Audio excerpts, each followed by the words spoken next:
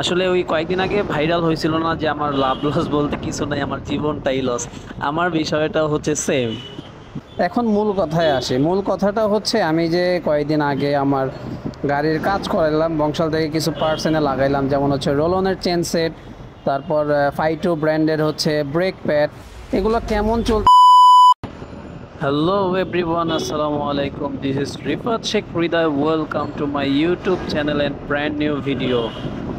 সবাই কেমন আছেন? আশা করছি ভালো আছেন। আলহামদুলিল্লাহ, আমিও ভালো আছি।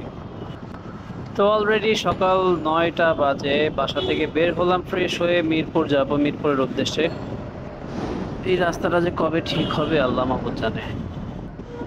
তো আজকে আপনাদের সাথে দুইটা বিষয় নিয়ে কথা বলা হবে। সেটা হচ্ছে, কয়েকদিন আগে বংশাল থেকে কিছু পার্টস কিনে নিয়ে আসলাম, আমার গাড়িতে লাগাইছি। তো এখন গাড়িটা আলহামদুলিল্লাহ ফুরফুরা। তো সেই বিষয়ে কিছু কথা বলা যাবে এবং রিভিউ দেওয়া যাবে। প্লাস হচ্ছে একটা দুঃখের কথা বলবো। জ্যামের মধ্যে ঢুকে পড়লাম, সামনে তো অনেক জ্যাম। ওকে, বামে দিয়ে ঢুকি, দেখি কি অবস্থা এখানে। ডানে বামে সব জায়গা দিয়ে একই অবস্থা। অনেক পারাপারি করার পরে হচ্ছে জ্যাম থেকে বের হলাম। ভাবতেছি আগে কি আমার পার্সের রিভিউটা দিব, নাকি দুঃখের কথাটা শেয়ার করব, কোনটা ভেবে চিন্তা করে ডিসিশন নিলাম যে দুঃখের কথাটাই আগে বলি, তারপর রিভিউ দেওয়া যাবে অনেক সময় নিয়ে।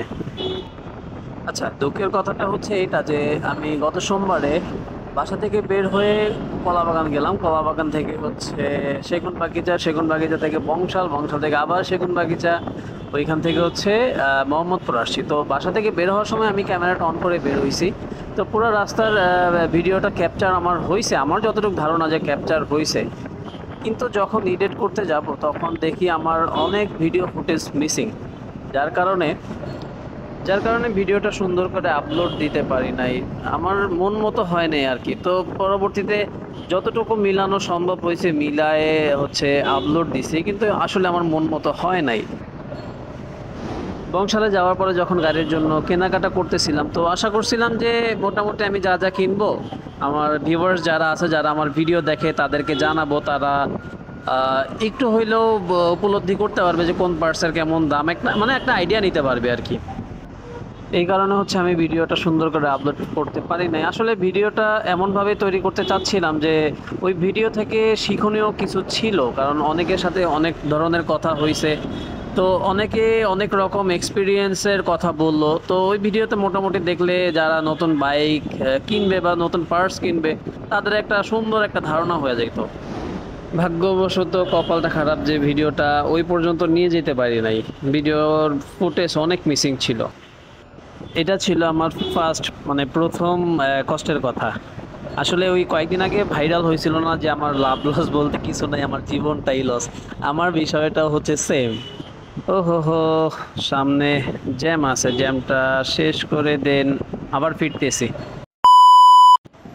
পার হলাম সিগন্যালটা। আগারগাঁয়ের সিগন্যালটা বেশিক্ষণ যাবত আটকা রাখে না, মোটামুটি খুব তাড়াতাড়ি ছেড়ে দেয়, অন্যান্য সিগন্যাল থেকে খুব তাড়াতাড়ি ছেড়ে দেয় এটা। তোমার পরবর্তী দুঃখের কথা শেয়ার করি, সেটা হচ্ছে মজার একটা ঘটনা। যখন বাসায় আসলাম, বাসায় আসার পরে যখন আমি আমার মেমোরিটা আমার পিসিতে দিলাম, আমার ফোনের যে মেমোরিটা সেটা পিসিতে নিলাম, পিসিতে যাই দেখি যে ওইটা নিচ্ছে না, মানে ফরম্যাট চাচ্ছে বারবার। ঠিক আছে, ফরম্যাট দিলাম, ওকে ডান। ফরম্যাট দিছি, বের করে সাথে সাথে আবার ক্যামেরার মেমোরি যেটা ছিল ওইটাও দিছি, ওইটাও নিচ্ছিল না। ওইটা তো একবারেই মানে সই করতেছিল না, ওইটা অলরেডি ডেট হয়ে গেছে। আর আমার যে ফোনের যে মেমোরিটা ছিল, এই মেমোরিটা আমার খুব ইম্পর্ট্যান্ট একটা মেমোরি। আমার 12 বছরের যত স্মৃতি আছে সব ওইটার মধ্যে কপি করা ছিল। আমি সেটা হারায় ফেলাইছি, সব কিছুই হারায় ফেলাইছি। সাথে সাথে আমার মানি ব্যাগের মধ্যে আরও দুইটা মেমোরি ছিল, ওই দুইটা মেমোরিও পিসিতে নিলাম, দেখি যে দুইটা মেমোরিও ডেট। তো আমার একদিনের ব্যবধানে টোটাল 4টা মেমোরি কার্ড ডেট হয়ে গেছে। ওকে, আমার মেমোরিগুলো হচ্ছে চলে গেছে এটাতে। কিছুটা আপসেট আমি, আমার পার্সোনাল যে মেমোরিটা ছিল আমার ফোনের মধ্যে, এটা গেছে। যাওয়ার সাথে সাথে আমার 12 বছরের স্মৃতিগুলো নিয়ে গেছে। ওকে ফাইন, গেছে, বেশ ভালো কথা। আমি একটু নিশ্চিন্তে ছিলাম যে, কারণ আমার পিসির মধ্যে যে হার্ড ডিস্কটা ছিল, ওই হার্ড ডিস্কে অল্প কিছু কপি করা ছিল। তো গত বুধবারে আমার হচ্ছে পিসিটা সেট আপ করলাম, মানে পিসিটার উইন্ডোজটা চলে গেছে। তো উইন্ডোজটা সেট আপ দেওয়ার জন্য রেডি হইলাম। তো আমার তো এসএসডি আছে, এসএসডির মধ্যে হচ্ছে আমি পিসিডির উইন্ডোজটা সেট আপ দিব, আরেকটা হচ্ছে হার্ড ডিস্ক।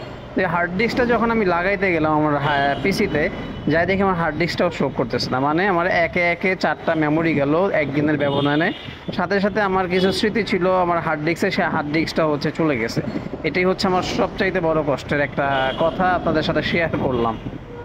যাই হোক, সব বাদ দেন, মাথা থেকে এগুলা ঝেড়ে ফেলে দিছি।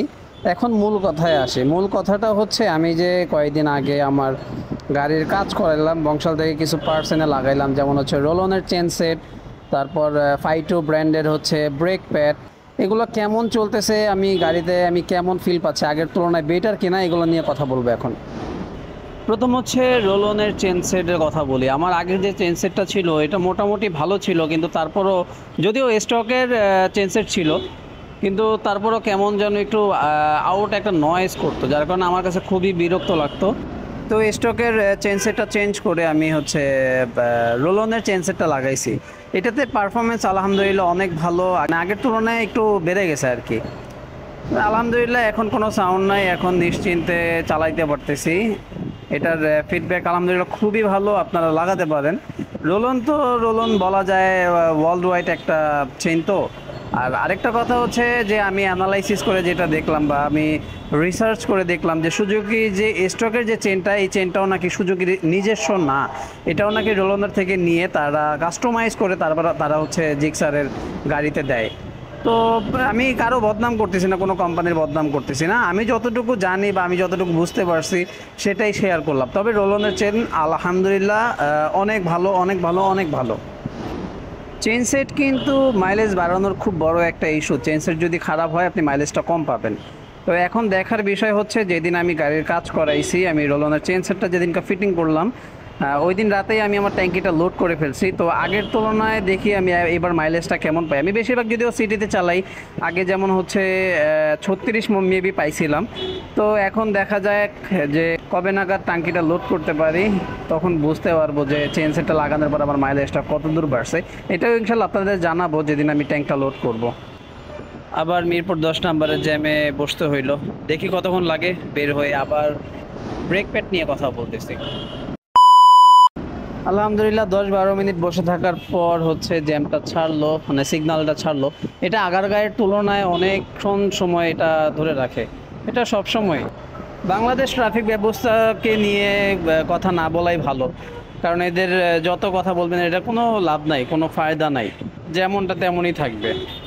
তো চলুন ব্রেক প্যাড নিয়ে কথা বলা যাক। এখন বাংলাদেশের মার্কেটে 2টা ব্রেক প্যাড খুব কাঁপাইতেছে বলতে খুব চলতেছে ভালো।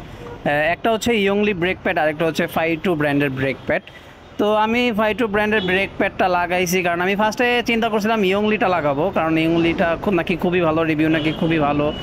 তো বংশালে গিয়েছে, ইয়ংলি ব্রেক প্যাডটা পাই নাই, যার কারণে আমাকে ফাইটো যে ব্রেক প্যাডটা আছে এটা আমাকে নিতে হয়েছে বাধ্যতামূলক। তো লাগাইছি, তো আগের তুলনায় আলহামদুলিল্লাহ খুবই ভালো।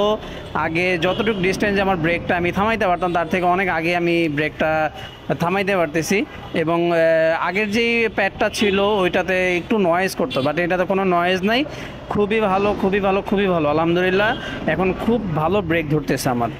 এটা হচ্ছে আমার ওপিনিয়ন, কারণ আমি আগের তুলনায় বেটার পাইছি বিদায় এটা আমি আপনাদের সাথে শেয়ার করতেছি। অবশ্যই কয়েকদিন রাইড করার পর আপনাদের সাথে শেয়ার করতেছি। আপনারা চাইলে লাগাতে পারেন, কোনো সমস্যা নেই। আগের তুলনায় আলহামদুলিল্লাহ খুব ভালো ব্রেক পাবেন, কন্ট্রোলিংটা খুব ভালো হবে। আরেকটা মজার বিষয় হচ্ছে সেটা হচ্ছে যে আমি ওই যেদিন কাজ করাইছি ওই দিন আমি ব্যাটারিটাও চেঞ্জ করাইছি আমার বন্ধুর দোকান থেকে। বন্ধু কি ব্যাটারি লাগাই দিছে এটা আমি আসলে জানি না, কিন্তু ব্যাটারিটার মজার বিষয়টা হচ্ছে যে আমার জন্য আজীবন মেয়াদ। আমি যখনই নিয়ে যাব আমাকে এটা চেঞ্জ করে দিবে, এই জন্যই ওই ব্যাটারি নিয়ে আমার আর কোনো মাথা ব্যথা নাই। তো এভরিওয়ান, আমার ভিডিওটা এখানেই শেষ করার সময় চলে এসেছে, কারণ আমি আমার গন্তব্যে চলে আসছি। তো বরাবরের মতো বলতে চাই যে আমার চ্যানেলটাকে অবশ্যই সবাই সাবস্ক্রাইব করে দিবেন এবং লাইক কমেন্ট শেয়ার করবেন। সবাই ভালো থাকবেন, সুস্থ থাকবেন। আবার দেখা হবে নতুন কোনো ভিডিও নিয়ে। আল্লাহ হাফেজ, আসসালামু আলাইকুম।